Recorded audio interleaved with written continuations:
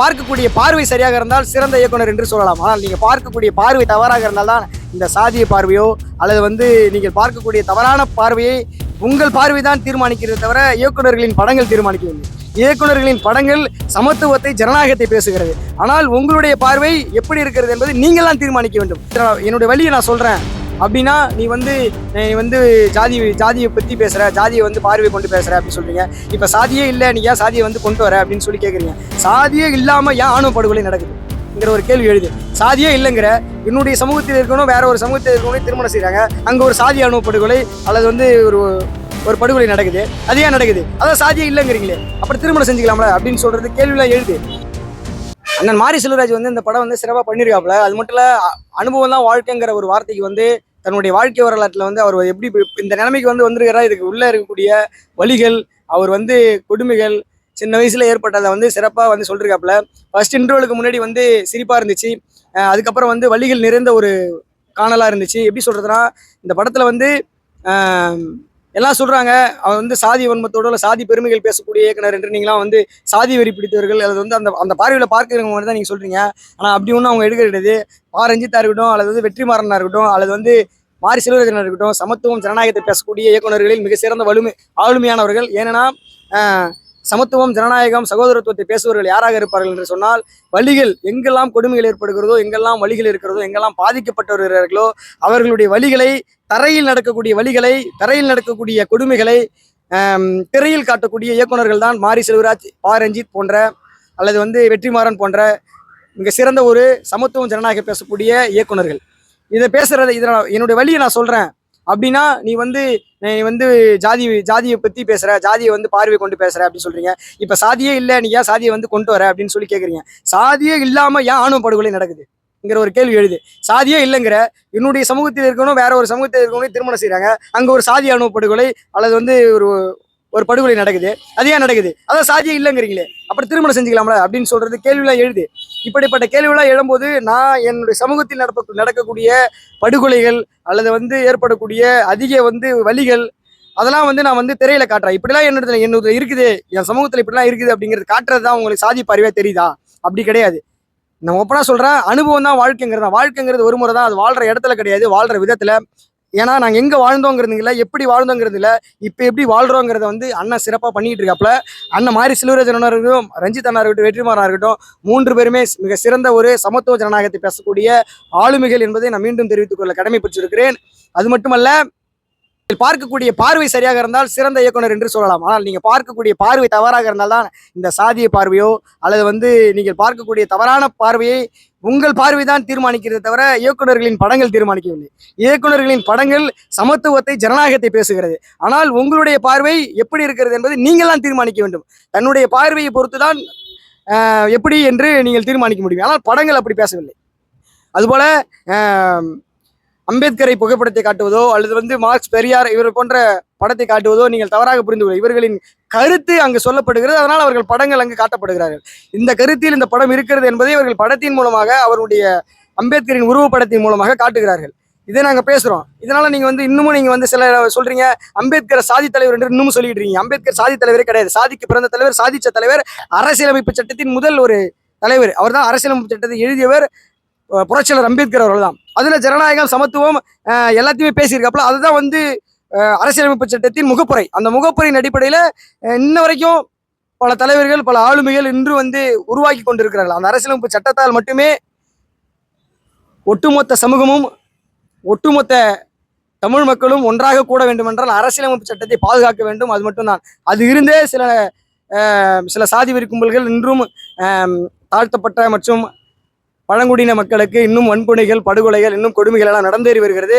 அதனை தான் மையப்படுத்தி தான் திரையில் காட்டுகிறார்களே தவிர அவர்கள் சாதி வன்மத்தோடு அல்ல சாதி பெருமையை பேசுகிறவர்கள் அல்ல என்பதை நான் திட்ட தெளிவாக சொல்ல கடமைப்பட்டிருக்கிறேன். ஒரே சமூகத்துல லவ் பண்ணாக்கா அது உண்மையான காதல், வேற சமூகத்துல லவ் பண்ணா அது ஒரு நாடக காதல்னு பார்த்தீங்கன்னாக்கா பொண்ணு வராங்க. அதை பத்தி உங்களுக்கு பார்வை என்ன? நான் என்ன சொல்றேன்னா, காதல் என்பது தன்னுடைய மனதில் தோன்றியது. அது யார் மீது எப்படி வேணாலும் வரலாம். இது இவங்க மேல தான் வரணும், இவங்க மேல தான் வரணும்னு ஒரு எதுவுமே கிடையாது. நீ இவங்கள தான் லவ் பண்ணணும் அப்படின்னா அது காதலே கிடையாது.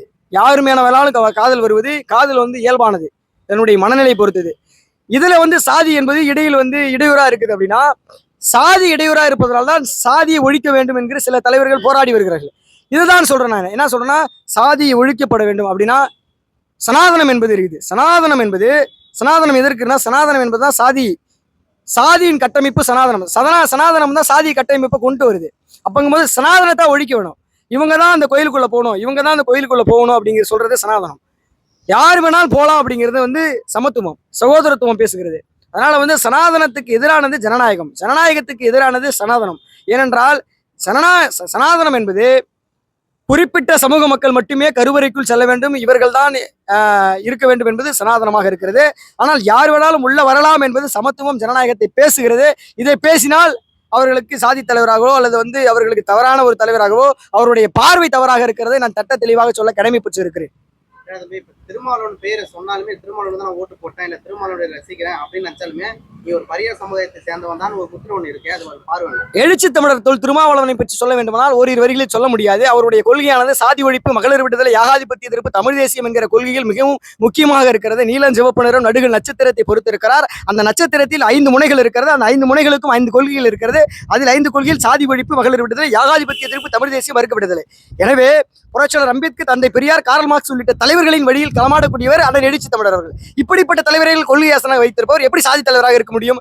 அனைத்து தலைவர்களுக்கும் அனைத்து சமூக மக்களுக்கும் போராடக்கூடியவர். அப்படி இருந்ததனால்தான் இன்றளவும் சட்டமன்றத்தில் ஆலூர் ஷானவாஸ் அவர்கள் எம்எல்ஏ, சட்டமன்ற உறுப்பினர், விடுதலை சிறுத்தைகளின் கட்சியின் துணை பொதுச் செயலாளர். அவர் கட்சியின் துணை பொதுச் செயலாளர் இருக்கிற முகமது ஆலூர் ஷானவாஸ், அவர் ஒரு முஸ்லீம் சமூகத்தை சார்ந்தவர்.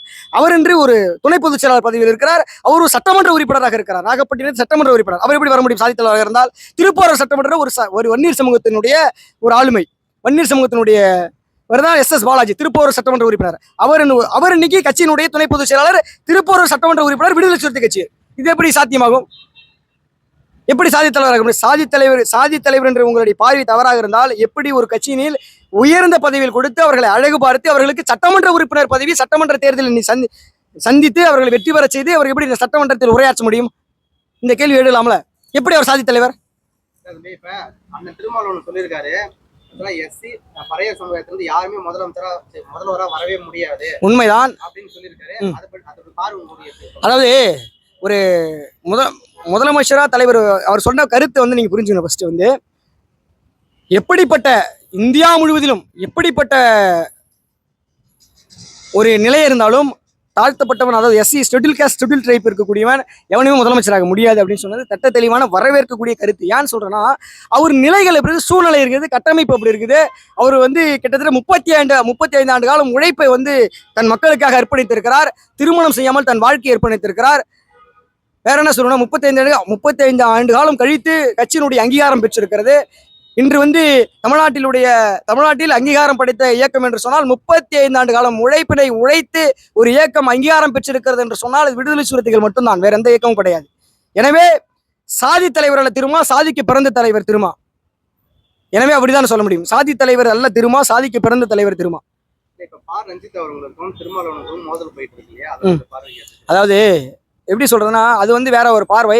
உங்களுடைய பார்வை சரியாக இருந்தால் நீங்க புரிந்து கொள்ள முடியும். அது ஒரு எப்படி சொல்றதுன்னா, நீங்களே தான் நினைச்சுக்கிறீங்க அண்ணன் தம்பி நீங்க வந்து சண்டைன்னு சொல்லிட்டு, அது ஒரு சண்டையும் கிடையாது, ஒன்றும் கிடையாது.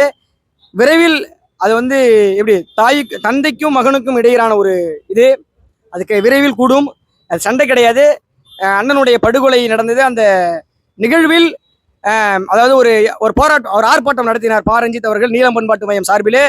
அனைத்து கட்சியும் அழைத்து, நம்முடைய தலித் சமூகத்தில் இருக்கக்கூடிய அனைத்து கட்சியும் அழைத்து ஒரு ஆர்ப்பாட்டம் நடத்தினார்.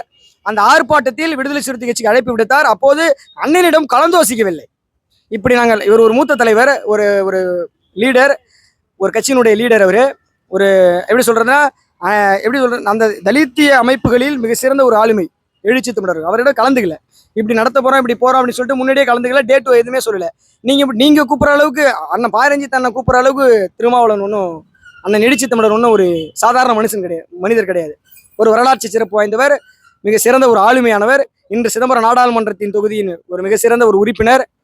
அப்படிப்பட்டவருக்கு நீங்க தான் வந்து அண்ணன் ரஞ்சித் அண்ணன் தான் வந்துட்டு அண்ணன் எழுச்சி தமிழர்களை சந்தித்து இப்படியெல்லாம் நாங்கள் ஆர்ப்பாட்டம் நடத்தியிருக்கிறோம், போராட்டம் நடத்தியிருக்கிறோம், ஆம்ஸ்ட்ராங் அவர்கள் நீதி வழங்க வேண்டும் என்கிற ஒரு ஆர்ப்பாட்டம் நடத்தியிருக்கிறோம் என்று அண்ணனிடம் தேதி வாங்கியிருக்க வேண்டும்.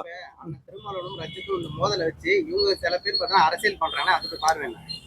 இதற்காகவே இப்படியெல்லாம் அவர்கள் உருவாக்க வேண்டும், இப்படியெல்லாம் கட்டமைக்க வேண்டும் என்று சிலவர்கள் எண்ணிக்கொண்டிருந்தது. அவர்கள் இதுவே அரசியலாக அவர்கள் இதனை வந்து முன்னிறுத்தி அவர் அரசியல் பண்றாங்க, வேற ஒன்றும் கிடையாது. ஆனா இதுல எதுவுமே கிடையாது. எல்லாம் ஒரு நாள் மாறும் என்பதை எழுச்சி தமிழர் திருமாவளவன் அவர்கள் அவர் மீது நம்பிக்கையில் நான் சொல்கிறேன். கண்டிப்பாக ஈழம் வெல்லும், அதை காலம் சொல்லும் என்கிற போது கொள்கை வெல்ல களமாடுவோம், கோட்டையில் ஒரு நாள் கொடியேற்றும் என்கிற காலம் நெருங்கி கொண்டு வருகிறது. விடுதலை சிறுத்தைகள் கட்சியின் தலைவர் எழுச்சி தமிழர்கள் விரைவில் முதலமைச்சர் நாற்காலி அமர வைப்போம், அமர வைத்து அழகு பார்ப்போம். எனவே என்றும் எழுச்சி தமிழர் வழியில் திருமா காதலனாக.